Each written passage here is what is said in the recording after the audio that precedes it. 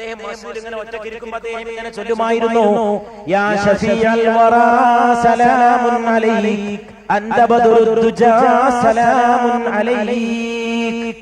നബി തിരുമേനി സല്ലല്ലാഹു അലൈഹി വസല്ലം ശംസുൽ ദുഹയാണ്, ബദറുദ്ദുജയാണ്, സിറാജുൽ മുനീറാണ്, ജ്വാലയാണ്, ദീപമാണ്, പ്രകാശമാണ്. അന അറഫുകും ബില്ലാഹി വ അശദ്ദുകും ലഹു ഖശിയതൻ. ഈ നബി തിരുമേനി സല്ലല്ലാഹു അലൈഹി വസല്ലം തന്നെയാണ് പറഞ്ഞത്, നമ്മോട് പറഞ്ഞത്, ഞാനാണ് അല്ലാഹുവിനെ കുറിച്ച് ഏറ്റവും കൂടുതൽ നിങ്ങളിൽ വെച്ചറിയുന്നവനും അല്ലാഹുവിനെ ഭയപ്പെടുന്നവരിൽ നിങ്ങളുടെ കൂട്ടത്തിൽ ഏറ്റവും കൂടുതൽ കർക്കശമുള്ളവനും. അതുകൊണ്ട് ഈ നബി പഠിപ്പിച്ച സകല പാഠങ്ങളും ഇതുവരെ സൂചിപ്പിച്ച കാര്യങ്ങളിൽ നമുക്ക് കാണാൻ കഴിയുന്ന പോലെ, വമാ ഖലഖതുൽ ജിന്ന വൽ ഇൻസ ഇല്ലാ ലിയഅ്ബുദൂൻ, എന്നെ ആരാധിക്കുവാനും എനിക്ക് ഇബാദത്ത് ചെയ്യുവാനും വേണ്ടിയല്ലാതെ ജിന്നുവർഗത്തെയും മനുഷ്യവർഗത്തെയും സൃഷ്ടിച്ചിട്ടില്ല എന്ന പ്രഖ്യാപനത്തെ അന്വർത്ഥമാക്കുകയാണ്. അതോടൊപ്പം തന്നെ അല്ലാഹുവിന്റെ ഏകത്വം, അവന്റെ ശക്തിവിശേഷം ജീവിതത്തിന്റെ എല്ലാ മണ്ഡലങ്ങളിലും സ്വായത്തമാക്കുകയാണ്. പ്രപഞ്ചം തന്നെ മസ്ജിദായി മാറുകയും ജീവിതം തന്നെ ഇബാദത്തായി മാറുകയും ചെയ്യുന്ന മഹാത്ഭുതം അതാണ് മുഹമ്മദ് മുസ്തഫ സല്ലല്ലാഹു അലൈഹി വആലിഹി വഅസ്ഹാബിഹി വസല്ലമയുടെ ലൂടെ നമുക്ക് കാണാൻ സാധിക്കുന്നു. നബി തിരുമേനി സല്ലല്ലാഹു അലൈഹി വആലിഹി വഅസ്ഹാബിഹി വസല്ലമയുടെ ആഗമനത്തിന് ശേഷം അല്ലാഹു വടുക ചെയ്താൽ ഉസ്മാൻ ഇബ്നു അഫ്ഫാന്റെ, അലി ഇബ്നു അബീ താലിബിന്റെ വീരത്വമാർന്ന ജീവിതഗാഥകളിലേക്ക് നാളെയും മറ്റന്നാളുമുള്ള മണിക്കൂറുകൾ പ്രവേശിക്കുന്നതിന് മുമ്പ് നമുക്ക് ഇന്നത്തെ അവശേഷിക്കുന്ന സമയത്ത് ഇബ്രാഹിം നബിയുടെ ജീവിതത്തിന്റെ സന്ദേശം പരിചയപ്പെടേണ്ടതുണ്ട്. കാരണം മദീനയിലേക്കുള്ള പാതയിൽ ലോകനായകന്റെ മുൻഗാമിയായി നിലകൊള്ളുന്ന മഹാരഥനാകുന്നു ഖലീലുല്ലാഹി ഇബ്രാഹിം അലൈഹി സ്വലാത്തു വസ്സലാം. എന്താണ് മറ്റു അംബിയാ മുർസലീങ്ങളിൽ നിന്ന് ഇബ്രാഹിം നബിയുമായി പ്രത്യേകിച്ച് റസൂലുള്ളാഹി സ്വല്ലല്ലാഹു അലൈഹി വസല്ലമക്കുള്ള ബന്ധം, സ്ഥാനം എന്ന് ചോദിച്ചാൽ അതിന് സലാത്തും തഹിയ്യാത്തുമാണ് മറുപടി. اللهم صل على محمد وعلى آل محمد كما صليت على إبراهيم وعلى آل إبراهيم وبارك على محمد وعلى آل محمد كما باركت على إبراهيم وعلى آل إبراهيم في العالمين إنك حميد مجيد. ഇബ്രാഹിം നബി അലൈഹിസ്സലാമിന്റെ ജീവിതഗാഥ തീർച്ചയായും മാനവികതയുടെ മതം എന്ന ഈ വിഷയം ചർച്ച ചെയ്യുമ്പോൾ നമുക്ക് ആലോചിക്കേണ്ടതുണ്ട്. സൂര്യൻ ഉദിച്ചപ്പോൾ അതാണ് എന്റെ റബ്ബ് എന്ന് പറയുകയും അത് അസ്തമിച്ചപ്പോൾ അസ്തമിക്കുന്ന ഒന്നിനെയും ഞാൻ ഇഷ്ടപ്പെടുന്നില്ല എന്ന് ഉച്ചൈസ്വരം ഉദ്ഘോഷിക്കുകയും ചെയ്ത ഖലീലുല്ലാഹി ഇബ്രാഹിം അലൈഹി സ്വലാത്തു വസ്സലാം. ആ ഇബ്രാഹിം നബിയെയും മുഹമ്മദ് നബിയെയും അല്ലാഹു ബന്ധിപ്പിച്ചിരിക്കുന്നു. അല്ലാഹുമ്മ സ്വല്ലി അലാ സയ്യിദിനാ മുഹമ്മദ് കമാ സ്വല്ലൈത അലാ ഇബ്രാഹീമ വഅലാ ആലി ഇബ്രാഹീം. ഇബ്രാഹീമിന്റെയും കുടുംബത്തിന്റെയും മേൽ അനുഗ്രഹം വർഷിച്ച പോലെ അല്ലാഹുവേ മുഹമ്മദിന്റെയും മുഹമ്മദിന്റെ കുടുംബത്തിന്റെയും മേൽ സ്വല്ലല്ലാഹു അലൈഹി വആലിഹി വസഹബിഹി വസല്ലം അനുഗ്രഹം വർഷിക്കണമേ തമ്പുരാനേ. ഇങ്ങനെയാണ് അത്തഹിയ്യാത്തിൽ നമ്മൾ ഓരോ സമയത്ത് ചൊല്ലുന്നുണ്ട്. അല്ലാഹുമ്മ സ്വല്ലി അലാ സയ്യിദിനാ മുഹമ്മദ് കമാ സ്വല്ലൈത അലാ ഇബ്രാഹീമ വഅലാ ആലി ഇബ്രാഹീം വബാരിക് അലാ സയ്യിദിനാ മുഹമ്മദ് വഅലാ ആലി സയ്യിദിനാ മുഹമ്മദ് കമാ ബാറക്ത അലാ ഇബ്രാഹീമ വഅലാ ആലി ഇബ്രാഹീമ ഫിൽ ആലമീന ഇന്നക ഹമീദും മജീദ്. ഇബ്രാഹീം നബി നിർമ്മിച്ച കഅബ ശരീഫ്, മകനായ ഇസ്മാഈലിന്റെ സഹായത്താൽ നിർമ്മിച്ച കഅബ ശരീഫ്, ആ കഅബക്ക് ചുറ്റും തവാഫ് ചെയ്തുകൊണ്ടല്ലാതെ ഹജ്ജ് പൂർണ്ണമല്ല. ഇബ്രാഹീമിന്റെ പത്നിയായ ഹാജറ ബീവി വെള്ളത്തിന് വേണ്ടി ഓടിയ സഫാ മർവ കുന്നുകൾക്കിടയിൽ സഅയ് നടത്തിക്കൊണ്ടല്ലാതെ ഹജ്ജും ഉംറയുമില്ല. ഇബ്രാഹീമിന്റെ മകനായ ഇസ്മാഈൽ പിഞ്ചോമന പൈതൽ കാലിട്ടടിച്ചപ്പോൾ വെള്ളമില്ലാത്ത ജനവാസമില്ലാത്ത മരുഭൂമിയിൽ പൊട്ടി ഉണർന്നൊഴുകിയ മനോഹരമായ സംസം കിണർ ഇന്നും ലോകത്ത് അത്ഭുതമായി നിലകൊള്ളുന്ന കോടാനുകോടി കുടിച്ചിട്ടും കോടാനുകോടിയെ കുടിപ്പിച്ചിട്ടും ഇനിയും എന്നെന്നും നിറഞ്ഞ് കവിഞ്ഞൊഴുകി വരുന്ന മഹത്തായ സംസം. ആ സംസം മാഉ സംസം ലിമാ ശുരിബ ലഹു, വെള്ളം സംസം വെള്ളം എന്ന് പറയുന്നത് എന്തിനാണ് വേണ്ടിയാണോ കുടിച്ചത് അതിനു വേണ്ടിയാണെന്ന് റസൂലുള്ളാഹി സ്വല്ലല്ലാഹു അലൈഹി വആലിഹി വസഹബിഹി വസല്ലം നമ്മോട് അരുളി ചെയ്തിട്ടുണ്ട്. ഒരു ആരിഫായ മഹാനായ വ്യക്തി സംസം വെള്ളം കുടിക്കാൻ നേരത്ത് നിയ്യത്ത് വെച്ചത്രേ, അല്ലാഹുവേ മഹ്ശറയിലെ ദാഹം തീരാനുള്ള നിയ്യത്തോടുകൂടി ഞാൻ സംസം കുടിക്കുകയാണ്. എന്ത് നിയ്യത്ത് വെച്ചിട്ടാണോ സംസം കുടിച്ചത് ആ നിയ്യത്ത് പൂർത്തീകരിക്കപ്പെടുമെന്നാണ് റസൂലുള്ളാഹി സ്വല്ലല്ലാഹു അലൈഹി വസല്ലം പഠിപ്പിച്ചത്. മാഉ സംസം ലിമാ ശുരിബ ലഹു, എന്തിനു വേണ്ടി കുടിച്ചോ അതിനു വേണ്ടിയാണ് ഈ വെള്ളം. അതുകൊണ്ട് പ്രിയപ്പെട്ടവരെ, ഇബ്രാഹിം നബിയോടുള്ള ബന്ധം ഓരോ പ്രവാചകന്മാരുടെയും ജീവിത വൃത്താന്തങ്ങളുമായി മദീനയുടെ പാത ബന്ധപ്പെട്ടിരിക്കുന്നു. ഖുദാ കേ ദീൻ കേ മൂസാ സെ പൂछिए अहवाल, खुदा के दीन के मूसा से पूछिए अहवाल कि आग लेने को जाए और पैगंबरी मिल जाए എന്ന് പറഞ്ഞ മൂസാ നബിയോട് ബന്ധപ്പെട്ടിരിക്കുന്നു. ഈ അല്ലാഹുവിന്റെ ദീനിന്റെ സംഗതി അറിയണമെങ്കിൽ മൂസയോട് ചോദിച്ചു നോക്കൂ. മൂസാ സെ പൂछिए अहवाल, ഈ ദീനിന്റെ സ്ഥിതിഗതികൾ മൂസാ നബിയോട് അന്വേഷിച്ചു നോക്കൂ. എന്താണ് മൂസാ നബിയോട് അന്വേഷിക്കാനുള്ള പ്രത്യേകത? ആഗ് ലേനെ കോ ജായേ, തീ കൊണ്ടുവരാനാണ് മൂസാ നബി പോയത്. അവർ പയംബരി മിൽ ജായേ, തിരിച്ചു വന്നത് പ്രവാചകത്വം ലഭിച്ചുകൊണ്ടാണ്. തീ കൊണ്ടുവരാൻ പോയ മൂസാ നബി അലൈഹിസ്സലാം നബിയായിട്ടാണ് തിരിച്ചു വരികയുണ്ടായത്. അതുകൊണ്ട് ഓരോ അൻബിയാ മുർസലീങ്ങളുമായി, കുഷ്ഠരോഗിയെ തൊട്ട് ചികിത്സിച്ച ഈസാ നബിയുമായി അവരോടൊക്കെ മദീനയിലേക്കുള്ള പാത ബന്ധപ്പെട്ടിരിക്കുന്നു, കൂടുതൽ ബന്ധപ്പെട്ടിരിക്കുന്നു. ഇബ്രാഹിം അലൈഹിസ്സലാത്തു വസ്സലാം, ഇത് ഇബ്രാഹിമി മില്ലത്താണ്, ഹനീഫും മുസ്ലിമ. നാം ഇന്ന് വജ്ഹത്തുൽ നിസ്കാരത്തിൽ ചൊല്ലുന്ന പ്രാർത്ഥന ഇബ്രാഹിം നബിയുടെ പ്രാർത്ഥനയുടെ ആവർത്തനം മാത്രമാണ്. وجهت وجهي للذي فطر السماوات والأرض حنيفا مسلما وما أنا من المشركين إن صلاتي ونسكي ومحياي ومماتي لله رب العالمين لا شريك له وبذلك أمرت وأنا من المسلمين. പരിശുദ്ധ ഖുർആൻ ഇബ്രാഹിം നബിയെ പരാമർശിക്കുന്ന അതിമനോഹരമായ ഏതാനും സൂക്തങ്ങൾ നമുക്കായിട്ട് വിട്ടുവെച്ച് പോയിട്ടുണ്ട്. ഞാൻ ആ സൂക്തങ്ങൾ നിങ്ങളെ ഓതി കേൾപ്പിക്കുകയാണ്.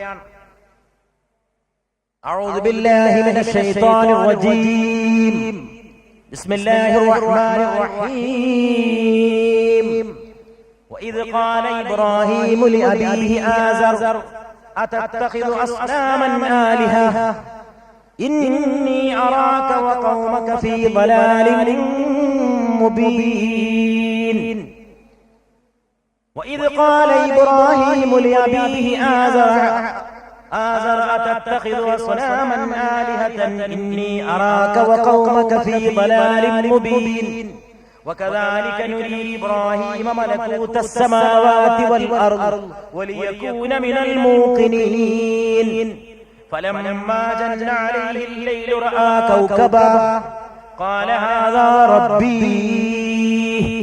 ഒരു ദിവസം ഒരു നക്ഷത്രം ഇങ്ങനെ ഉദിച്ചുയരാൻ തുടങ്ങിയപ്പോൾ ഇബ്രാഹിം അലൈഹിസ്സലാം പറഞ്ഞു, ഇതെന്റെ റബ്ബാണ്. ലോകം ശാസ്ത്രത്തിന്റെ വലിയ വികാസത്തിൽ എത്തിയിരിക്കുന്നു. ചൊവ്വയിൽ കാലുകുത്തിയിരിക്കുന്നു, ഭൂമിയിൽ നേരത്തെ പോയിരിക്കുന്നു, മറ്റു പലയിടത്തും പോകാൻ വേണ്ടി ആലോചിച്ചുകൊണ്ടിരിക്കുന്നു. മനുഷ്യൻ ഇന്ന് ശൂന്യാകാശം മുഴുവൻ ചുറ്റി സഞ്ചരിച്ചുകൊണ്ടിരിക്കുന്നു. ഇന്ത്യയുടെ ഒരു പുത്രി പോലും അടുത്ത കാലത്ത് ശൂന്യാകാശ സഞ്ചാരത്തിൽ അത്ഭുതങ്ങൾ കീഴടക്കുകയുണ്ടായി. അങ്ങനെ പോകുമ്പോൾ മനുഷ്യന് പ്രപഞ്ചത്തിന് അടിമപ്പെടുന്ന, പ്രപഞ്ചത്തിലെ ദൃഷ്ടാന്തങ്ങളെ കണ്ടവൻ ഭയപ്പെട്ടുകൊണ്ട് അതിനധീനമാകുന്ന പോലെ നമുക്ക് കാണാൻ സാധിക്കും. വേറെ ഒരു ഭാഗത്ത് ശാസ്ത്രത്തിന്റെ അതിപ്രസരത്തിൽ ക്ലോണിംഗ് പോലുള്ള ക്രൂരകൃത്യങ്ങളിലൂടെ മനുഷ്യത്വം വെല്ലുവിളിക്കപ്പെടുന്നത് നമുക്ക് കാണുവാൻ സാധിക്കും. അമേരിക്കൻ പ്രസിഡന്റ് ക്ലിന്റൺ അടുത്ത ദിവസം നടത്തിയ പ്രസ്താവന രാഷ്ട്രീയത്തെ ബാധിക്കുന്നതല്ല, ക്ലോണിംഗ് എന്ന ശാസ്ത്രീയ പരീക്ഷണത്തെ ബാധിക്കുന്നതാണ്. ക്ലോണിംഗ് അടുത്ത 10 കൊല്ലത്തേക്കെങ്കിലും നിർത്തിവെക്കാൻ മനുഷ്യത്വത്തിന്റെ പേരിൽ തയ്യാറാകണമെന്ന് അമേരിക്കയുടെ പ്രസിഡന്റ് ലോകത്തിലെ ശാസ്ത്രജ്ഞന്മാരോട് ആഹ്വാനം ചെയ്തിരിക്കുകയാണ്. അടുത്ത 10 കൊല്ലത്തേക്ക് ക്ലോണിംഗ് നിർത്തണമെന്ന് പറയാനാണ് ക്ലിന്റൺ തയ്യാറായതെങ്കിൽ മൂല്യബോധമുള്ളവർ എക്കാലത്തേക്കും അമ്മാതിരി പരീക്ഷണങ്ങൾ നിർത്തണമെന്ന് പറയേണ്ട കാലമാണ് നമ്മുടെ മുന്നിൽ ആഗതമായിരിക്കുന്നത്. സത്യത്തിൽ ഇപ്പോൾ മാത്രമല്ല, ഇതിനു മുൻപും ആടിനെയും കുരങ്ങിനെയും ചേർത്ത് പുതിയ ഒരു മൃഗത്തെ ഉണ്ടാക്കുക, കുതിരയുടെ മുഖവും മനുഷ്യന്റെ ശരീരവുമുള്ള വേറെ ഒരു ജീവിയെ ഉണ്ടാക്കുക, ശാസ്ത്രീയമായ സിദ്ധിയെ കയറൂരി വിട്ട് ലോകത്ത് വിപത്ത് സൃഷ്ടിച്ചു വരുത്തുക. കാനൻ പീറ്റർ ഗ്രീൻ എന്ന പ്രശസ്തനായ ലോക ചിന്തകൻ, അദ്ദേഹം the problem of right contact എന്ന പുസ്തകത്തിൽ എഴുതിയ ഒരു വാചകം ഞാൻ ഈ അവസരത്തിൽ ഇവിടെ ഉദ്ധരിക്കാൻ ആഗ്രഹിക്കുകയാണ്. ഇബ്രാഹിം നബി അലൈഹിസ്സലാം നക്ഷത്രത്തെ കണ്ടപ്പോൾ ഇതെന്റെ റബ്ബാണ് എന്ന് പറഞ്ഞതിന്റെ വ്യാഖ്യാനത്തിലും അതിനനുബന്ധമായും നമ്മൾ ഈ വക കാര്യങ്ങൾ അറിഞ്ഞിരിക്കുന്നത് നല്ലതാണ്. പീറ്റർ ഗ്രീൻ പറയുകയാണ്, science daily puts into our hands greater and greater powers. കൂടുതൽ കൂടുതൽ ശക്തമായ അധികാരങ്ങൾ, കൂടുതൽ കൂടുതൽ വിപുലമായ ശക്തികൾ ഓരോ ദിവസവും ശാസ്ത്രം നമ്മുടെ കയ്യിലിട്ട് തരുന്നു. ഒരു ദിവസം ഒരു പുതിയ കണ്ടുപിടുത്തം, വേറെ ഒരു ദിവസം വേറെ ഒരു പുതിയ കണ്ടുപിടുത്തം, ഒരു ദിവസം കുഞ്ഞാട്, ക്ലോണാട്, ആടിന്റെ മുഖം, വേറെ ചില മൃഗങ്ങളുടെ ശരീരഭാഗങ്ങൾ. ഈ പരീക്ഷണം എവിടെയാണ് എത്തുക? കൊരങ്ങനെയും മനുഷ്യനെയും കൂട്ടിച്ചേർത്ത് വേറെ എന്തോ ഉണ്ടാക്കാൻ പോകുന്നത്രേ. കൊരങ്ങനെയും വേറെ ഒരു മൃഗത്തെയും കൂട്ടിച്ചേർത്തുകൊണ്ട് മൂന്നാമതൊരു മൃഗത്തെ ജനിപ്പിക്കാനുള്ള ശ്രമങ്ങൾ നടന്നുകൊണ്ടിരിക്കുന്നു. ശാസ്ത്രീയമായ അറിവുകളും സിദ്ധികളും മനുഷ്യത്വത്തെ നിഷേധിക്കാൻ, മാനവിക മൂല്യങ്ങളെ തകർത്ത് കളയാൻ ഉപയോഗിക്കുന്ന ഈ കാലഘട്ടത്തിൽ വളരെ നാം ജാഗ്രത പാലിക്കേണ്ടതുണ്ട്. പീറ്റർ ഗ്രീന്റെ ഈ വാക്കുകൾക്ക് അടിവര കുറിക്കണം. പുതിയ പുതിയ ശക്തികൾ ശാസ്ത്രം നമ്മുടെ കയ്യിൽ ഓരോ ദിവസവും ഇട്ട് തരുന്നു. But unless there is an advance in moral character to correspond to the advance in knowledge, the results must be bad.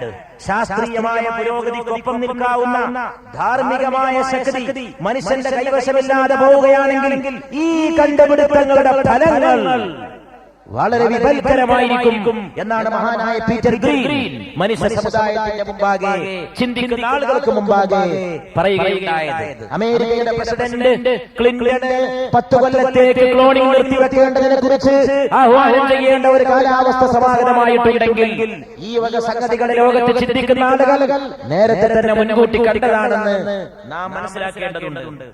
Unless we have better men and women, civilization is heading for a crash.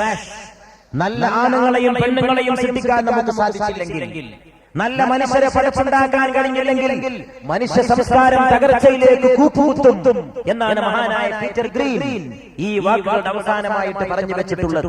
പ്രകൃതിയിലെ അത്ഭുതങ്ങളെ കണ്ട് അത് തന്നെ പടച്ചവൻ എന്ന് വിളിച്ചു പറയുന്നവർക്കെതിരെ ഇബ്രാഹിം നബി അലൈഹിസ്സലാം സഹസ്രാബ്ദങ്ങൾക്ക് മുമ്പാണ് മുന്നറിയിപ്പ് നൽകിയത്.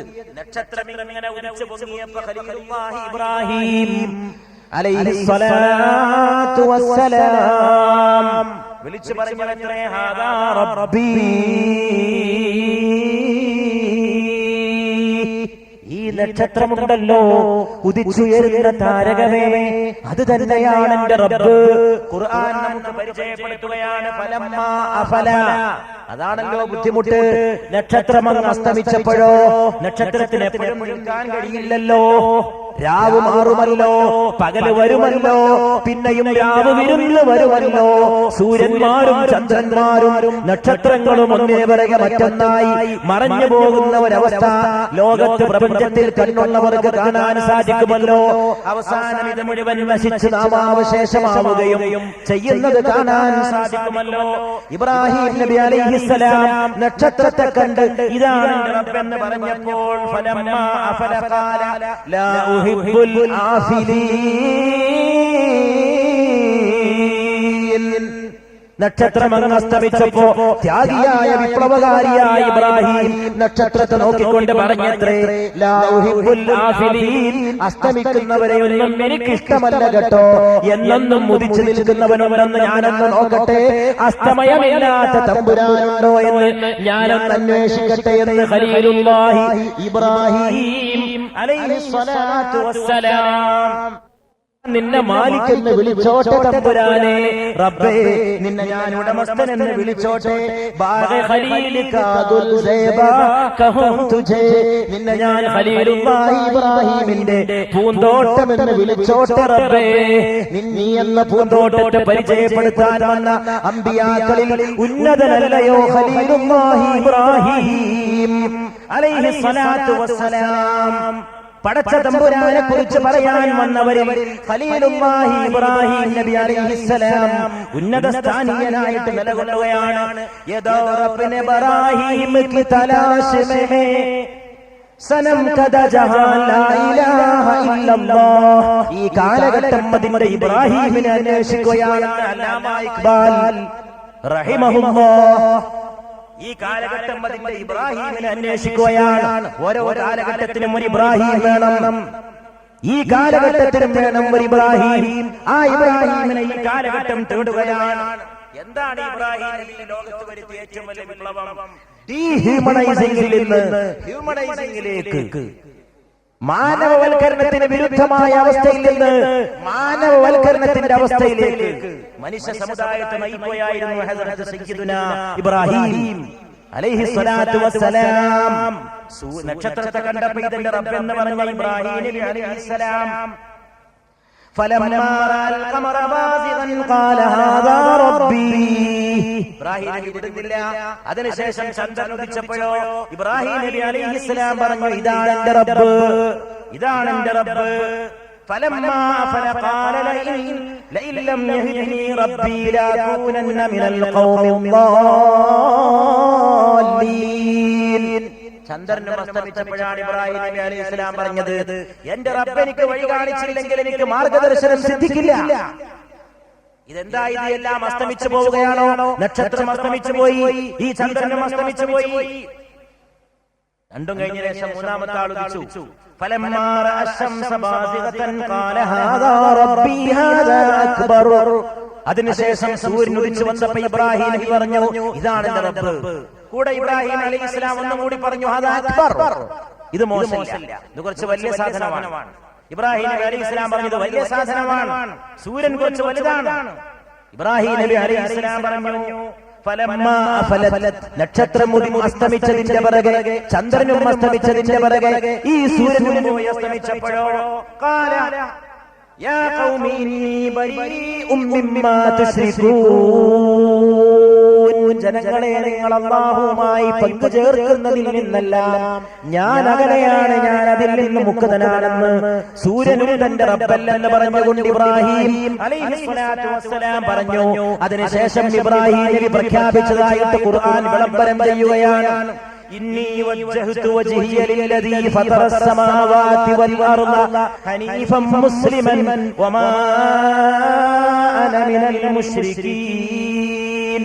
ഞാൻ എന്റെ മുഖം നേരായ വഴിയിൽ ഏകനായ തമ്പുരാനെ നേരെ തിരിച്ചിരിക്കുന്നു, ഞാൻ അവന് വേണ്ടി എന്നെ അർപ്പിച്ചിരിക്കുന്നു.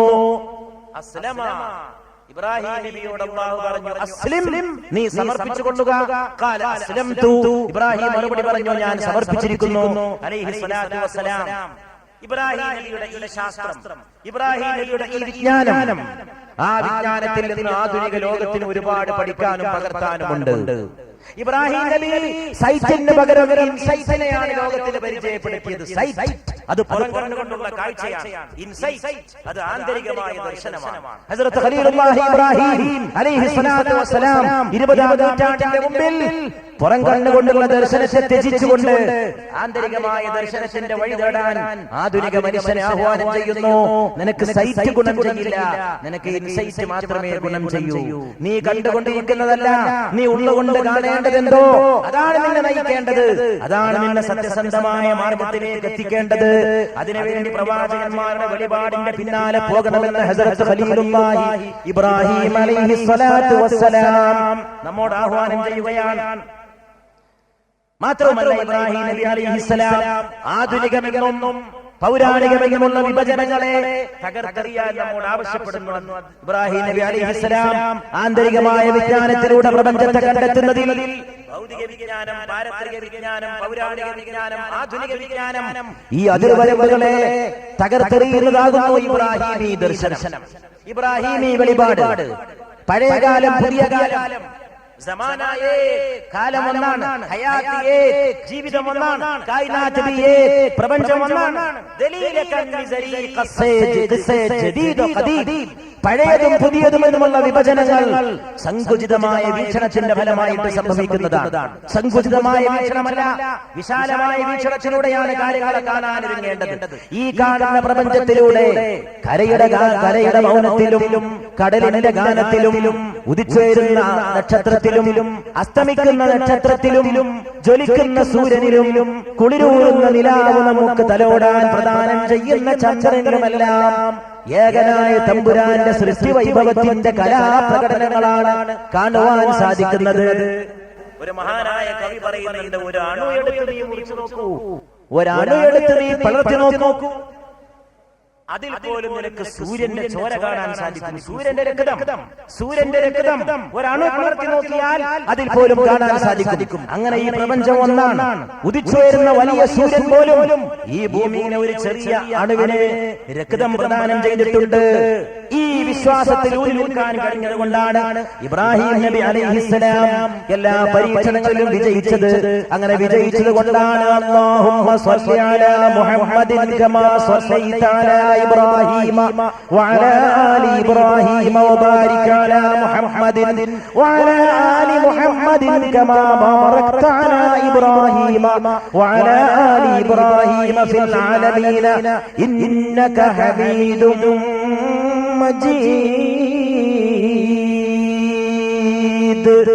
എന്ന് സ്വലാത്ത് ചൊല്ലുന്നവരോടായിട്ട് പ്രാർത്ഥിക്കാൻ ഈ ദീൻ കൽപ്പിച്ചിട്ടുള്ളത്.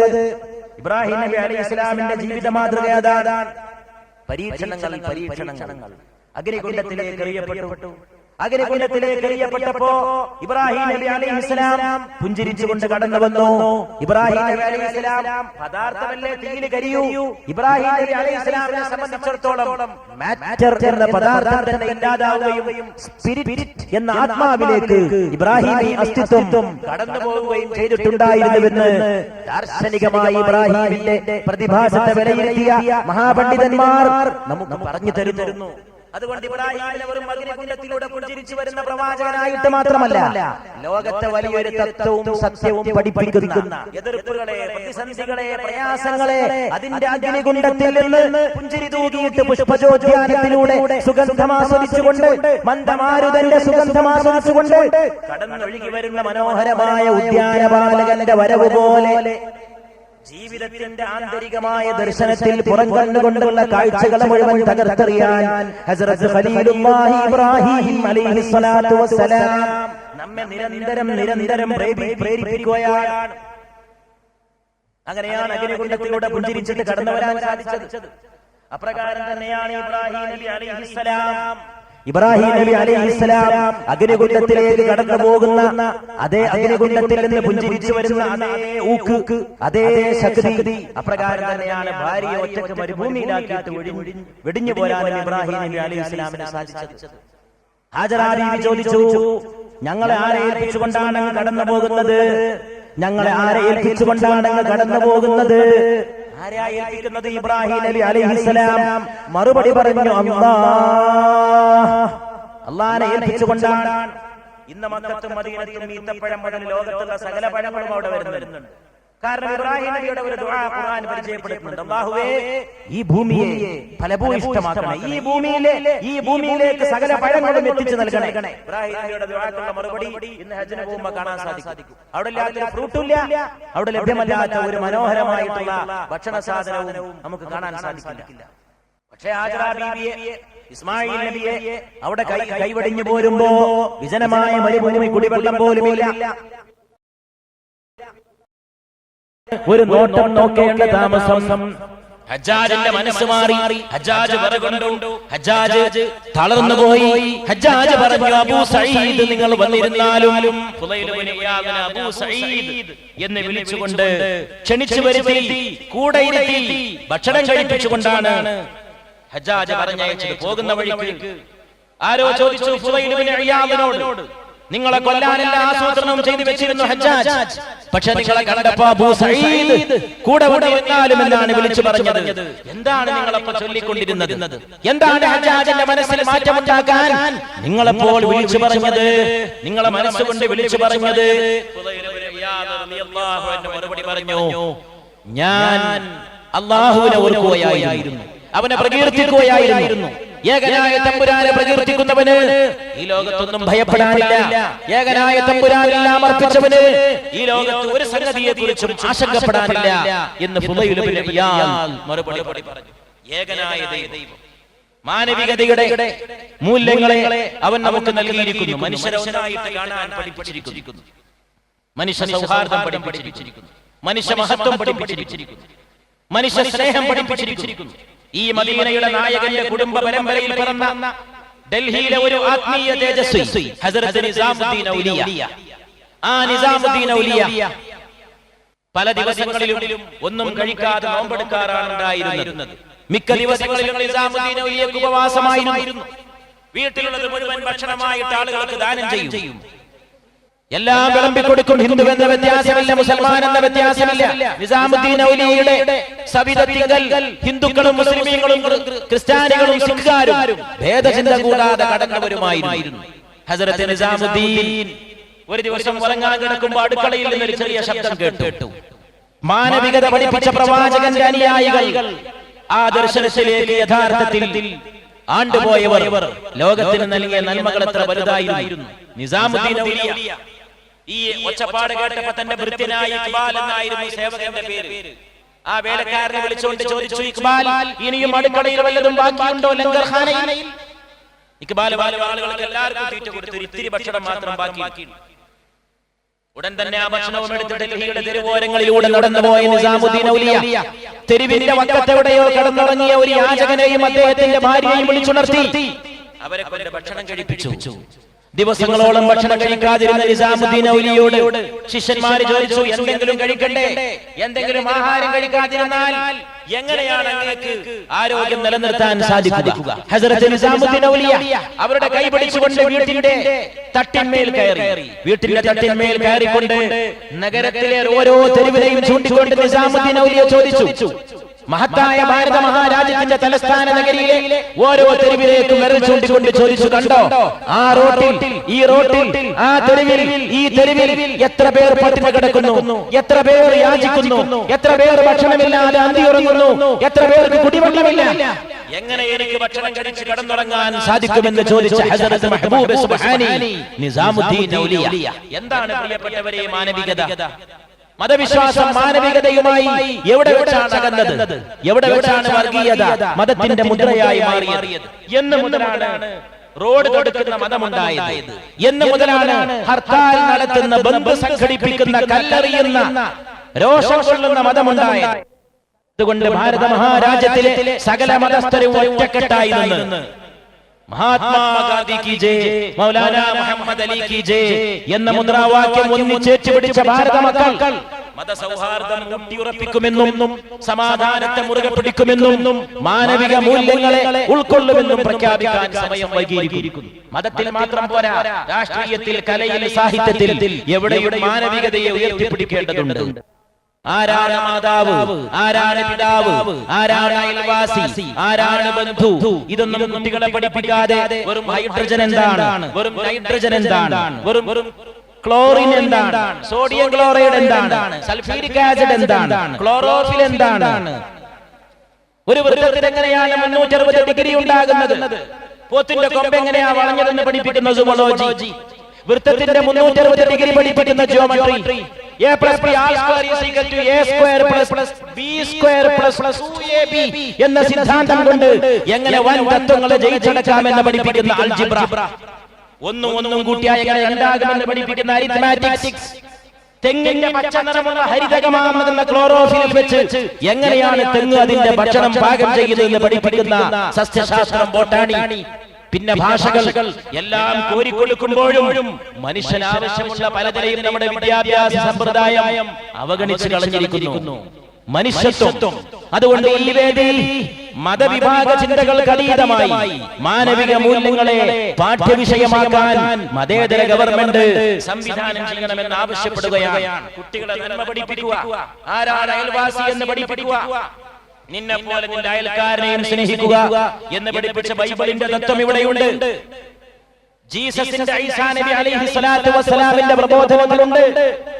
അപ്രകാരം തന്നെ മനുഷ്യർക്ക് ഒരേ മാതാവിന്റെ പിതാവിന്റെ മക്കൾ, ഒരമ്മ പെറ്റ മക്കൾ, ഒരേ കുടുംബത്തിൽ പിറന്നവർ എന്ന് പഠിപ്പിക്കുന്ന വേദങ്ങളുടെ, ഉപനിഷത്തുക്കളുടെ തത്വസംഹിതകൾ ഇവിടെയുണ്ട്. റസൂൽ കരീമിന്റെ മദഹാണ് തുടക്കം മുതൽ ഒടുക്കം വരെ ഈ പ്രഭാഷണങ്ങളിൽ ഉദ്ദേശിക്കപ്പെട്ടിട്ടുള്ളത്.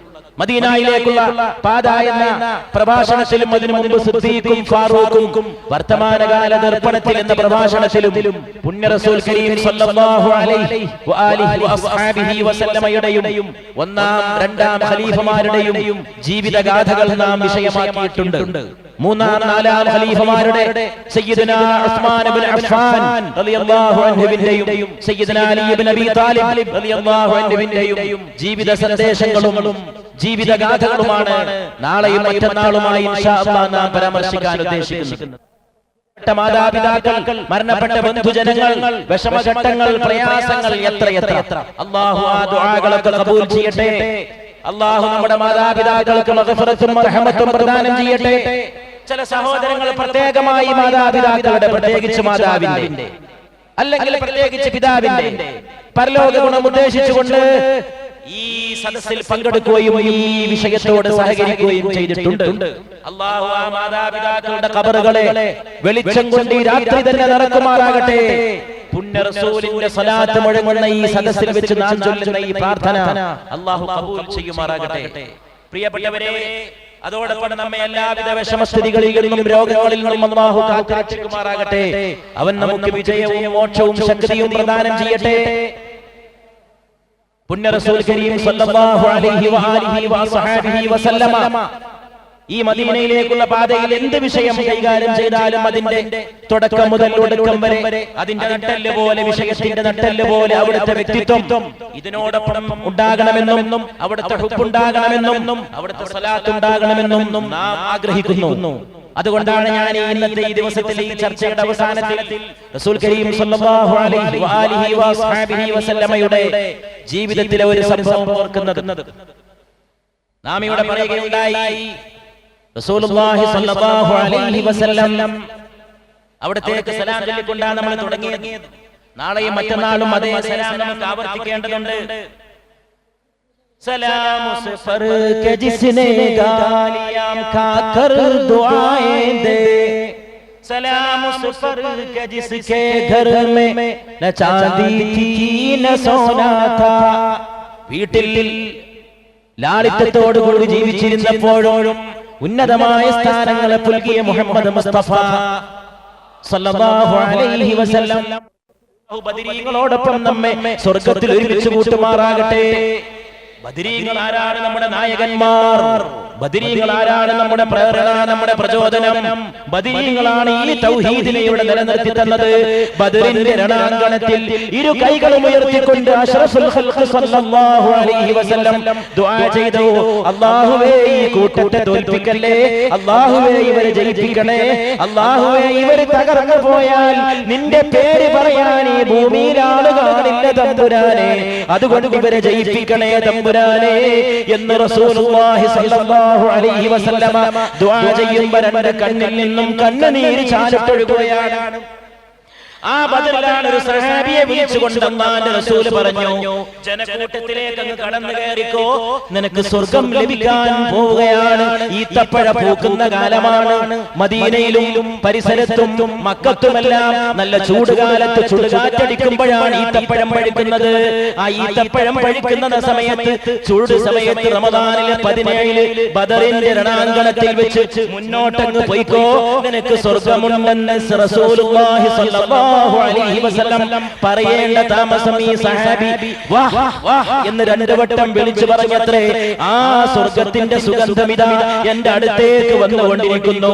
ഈത്തപ്പഴം പോയാൽ എന്താണ്, ഈത്തപ്പഴം പൂത്താൽ എന്താണ്, ഈത്തപ്പഴം കഴിഞ്ഞു പോയതിനെ പറ്റി ആര് ബേജാറാകാനാണ് അല്ലാഹുവിന്റെ റസൂലേ എന്ന് പറഞ്ഞുകൊണ്ട് യുദ്ധക്കളത്തിലേക്ക് എടുത്തു ചാടിയിട്ട് നിമിഷങ്ങൾ കഴിഞ്ഞപ്പോൾ റസൂലുള്ളാഹി സ്വല്ലല്ലാഹു അലൈഹി വസല്ലമയുടെ മുമ്പിൽ ആ പുണ്യ ശരീരം ഹാജരാക്കപ്പെടുകയാണ്.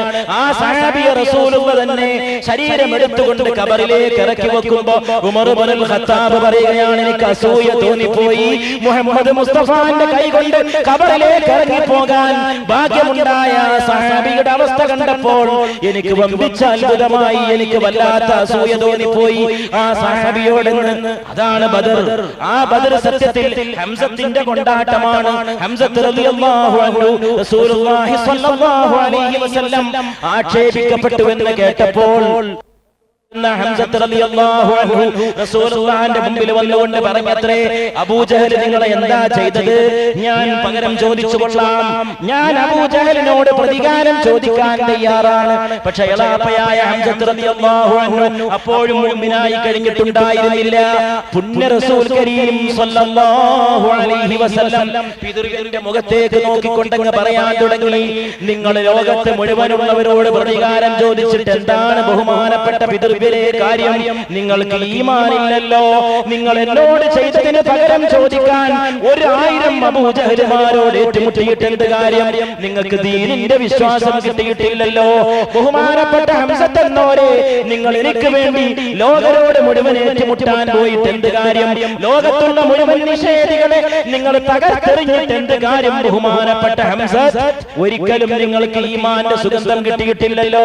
അതിന് ഞാൻ എന്ത് ചെയ്യണമെന്ന് ഹംസത്ത് ഇബ്നു അബ്ദുൽ മുത്തലിബ് ചോദിക്കേണ്ട താമസം മുഹമ്മദ് മുസ്തഫ സല്ലല്ലാഹു അലൈഹി വസല്ലം മറുപടിയായിട്ട് പറഞ്ഞത്രേ, സ്വീകരിക്കണം. അഷ്ഹദു അല്ലാ ഇലാഹ ഇല്ലല്ലാഹ് വ അഷ്ഹദു അന്ന മുഹമ്മദർ റസൂലുള്ളാഹ്.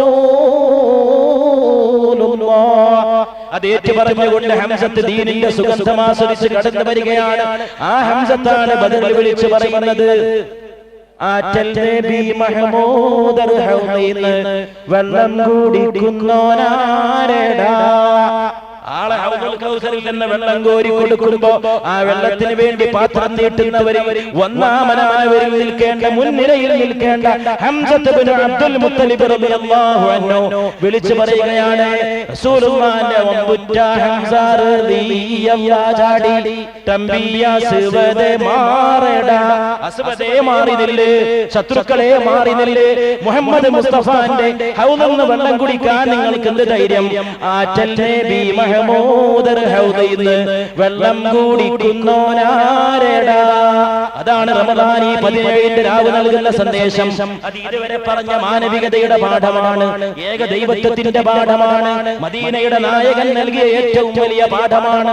റസൂൽ കരീം സ്വല്ലല്ലാഹു അലൈഹി വസല്ലമയുടെ കാലത്ത്, ആ സത്യസമാധാനം പുലർന്ന കാലത്ത് അയൽപക്കത്തെ രാജാക്കന്മാർക്ക് കത്ത് കൊടുത്തേക്കുകയുണ്ടായി. തൗഹീദിലേക്ക് ക്ഷണിച്ചുകൊണ്ട് മദീനയിൽ നിന്ന് പോയ കത്തുകൾ, അതിൽ ഏറ്റവും വലിയ ഭാഗ്യവാൻ, ആ കത്ത് കൈപ്പറ്റിയവരിൽ ഏറ്റവും വലിയ ഭാഗ്യവാൻ നജാശി രാജാവായിരുന്നു. അദ്ദേഹം അത് കിട്ടേണ്ട താമസം കത്തിന് മുത്തം വെച്ചുകൊണ്ട് പറഞ്ഞു, അഷ്ഹദു അല്ലാ ഇലാഹ ഇല്ലല്ലാഹ് വ അഷ്ഹദു അന്ന മുഹമ്മദർ റസൂലുള്ളാഹ്. ഏറ്റവും ഭാഗ്യം കെട്ടവൻ ഖുസ്റു പർവേസ് ആയിരുന്നു. ഖുസ്റു പർവേസ് കത്ത് കിട്ടിയ പാട് പറഞ്ഞു, ഏതായി മുഹമ്മദ്? ആരായി മുഹമ്മദ്? ആ മുഹമ്മദിനെ പിടിച്ചു കൊണ്ടുവരാൻ ആളെ അയക്കുകയും എത്രയും പെട്ടെന്ന് കത്തിന് മറുപടി അയക്കുകയും ചെയ്യണമെന്ന് തന്റെ ഗവർണറായ ആദനെ വിളിച്ചുകൊണ്ട് ഖുസ്റു പർവേസ് പറഞ്ഞു. ആദന്റെ ദൂതുമായിട്ട് കത്തുമായിട്ട് മദീനയിലേക്ക് റോമൻ പടയുടെ പ്രതിനിധി കടന്നു വരികയാണ്. മുഹമ്മദ് മുസ്തഫാനെ പിടിച്ചു കൊണ്ടുപോകാൻ സല്ലല്ലാഹു അലൈഹി വആലിഹി വസഹബിഹി വസല്ലം അല്ലാഹുവിന്റെ റസൂലിന്റെ മുമ്പിൽ വന്ന് കത്ത് കൊടുക്കേണ്ട താമസം റസൂലുള്ളാഹിക്ക് വഹി വരികയാണ്. ആകാശത്തിൽ നിന്ന് മാലാഖ പാറിപ്പറക്കുകയാണ്. റമദാനിലെ ലൈലത്തുൽ ഖദ്റിൽ ഇറങ്ങിയ ആദ്യത്തെ വരവിറങ്ങിയ ജിബ്രീൽ അലൈഹിസ്സലാത്തു വസ്സലാം ഈ നബിയുടെ ജീവിതത്തിലെ ആദ്യത്തെ വഹിയുമായി ആദ്യത്തെ വരവ് വന്ന ജിബ്രീൽ അലൈഹിസ്സലാത്തു വസ്സലാം ഇറങ്ങി വരികയാണ്. നെറ്റിത്തടം വിയർക്കുന്ന പോലെ, വരുന്ന പോലെ, ശരീരത്തിലേക്ക് മലക്ക് വന്ന് പ്രവേശിക്കുന്ന പോലെ നബി തിരുമേനി ആളുകൾക്കിടയിൽ നിന്ന് കുറച്ചു സമയം ഒളിഞ്ഞുപോയി തിരിച്ചു വന്നുകൊണ്ട് പറയുകയാണ്, നിന്റെ കത്തും കൊണ്ട് നീ തിരിച്ചു പോയിക്കോ, നിന്റെ രാജാവ് മരണപ്പെട്ടിരിക്കുന്നു. ആ രാജാവിന്റെ മകനായ ശീറീൻ അധികാരത്തിലെത്തുകയും ചെയ്തിരിക്കുന്നു. ഇനി ഏതായാലും എന്നെ പിടിച്ചോണ്ട് പോകുന്ന പ്രശ്നമില്ലല്ലോ. ഈ വിവരവുമായി ദൂതൻ റോമൻ സാമ്രാജ്യത്തിലേക്ക് തിരിച്ചു ചെല്ലുമ്പോൾ സിംഹാസനത്തിൽ ആള് മാറിയിരിക്കുന്നു. പിടിച്ചുകൊണ്ടുവരാൻ പറഞ്ഞ ഖുസ്റു പർവേസ് മരണപ്പെട്ടു പോയിരിക്കുന്നു. അയാളുടെ മകനെ സുന്ദരിമാർ വെഞ്ചാമരം വീശിക്കൊണ്ട് പുതിയ രാജാവായിട്ട് വരവേൽക്കുകയാണ്. വിവരം പോയിട്ട് പറയേണ്ട താമസം കൊട്ടാരത്തിൽ തടിച്ചുകൂടിയവർ വിളിച്ചു പറഞ്ഞവത്രേ, അഷ്ഹദു അല്ലാ ഇലാഹ ഇല്ലല്ലാഹ് وأشهد أن محمد رسول الله سلام اس پر کہ جس نے بادشاہی میں فقیری کی. السلام علیکم ورحمۃ اللہ. صلی اللہ علی محمد صلی اللہ علیہ وسلم. صلی اللہ علی محمد صلی اللہ علیہ وسلم. സല്ലല്ലാഹു അലാ മുഹമ്മദ് സല്ലല്ലാഹു അലൈഹി വസല്ലം. നന്ദി കാണിക്കാൻ ഒരേ ഒരു മാർഗം സല്ലല്ലാഹു അലാ. റസൂൽ ചെയ്ത ഉപകാരങ്ങൾക്ക് നന്ദി കാണിക്കാൻ സല്ലല്ലാഹു അലൈഹി വസല്ലം. സല്ലല്ലാഹു അലാ മുഹമ്മദ് സല്ലല്ലാഹു അലൈഹി വസല്ലം.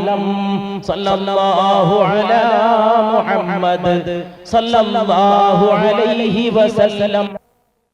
സല്ലല്ലാഹു അലാ മുഹമ്മദ് സല്ലല്ലാഹു അലൈഹി വസല്ലം. സല്ലല്ലാഹു അലാ മുഹമ്മദ് സല്ലല്ലാഹു അലൈഹി വസല്ലം. സല്ലല്ലാഹു അലാ സല്ലല്ലാഹു അലാ മുഹമ്മദ് സല്ലല്ലാഹു അലൈഹി വസല്ലം. സല്ലല്ലാഹു അലാ മുഹമ്മദ് സല്ലല്ലാഹു അലൈഹി വസല്ലം. സല്ലല്ലാഹു അലാ